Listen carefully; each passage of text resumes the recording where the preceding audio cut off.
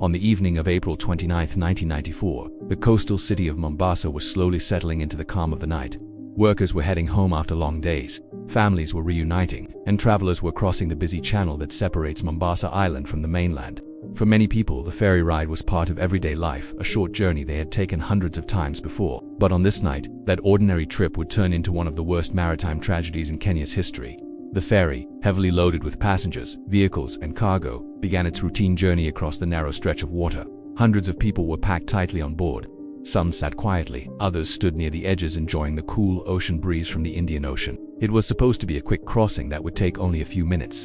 But suddenly, something went terribly wrong. Without warning, the ferry began to tilt. At first, many passengers thought it was just a small imbalance, something that would quickly correct itself, but the tilt became worse. Panic spread as people realized the vessel was losing stability. Within moments, the ferry capsized violently, throwing hundreds of passengers into the dark waters below.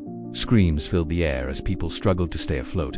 Many passengers were trapped beneath the overturned ferry, while others desperately tried to swim to safety in the darkness. The chaos was overwhelming. Some clung to floating debris. Others tried to help family members or strangers beside them. Nearby fishermen and residents were the first to react. Hearing the cries for help, they rushed toward the scene with small boats and makeshift rescue equipment.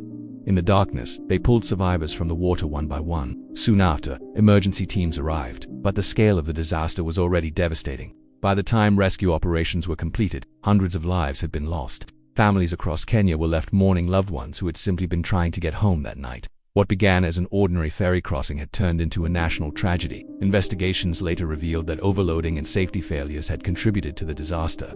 The tragedy sparked serious discussions across the country about maritime safety, ferry management, and the need to protect passengers using the vital transport route. Today, decades later, the memory of that night still lives in the hearts of many Kenyans. The disaster remains a painful reminder of how quickly ordinary moments can turn into unimaginable tragedy, and how important safety and accountability are when so many lives depend on them. The waters of Mombasa eventually returned to their usual calm. Ferries continued to cross the channel every day. But for those who remember that night, the story of the Mombasa ferry disaster is one that will never be forgotten.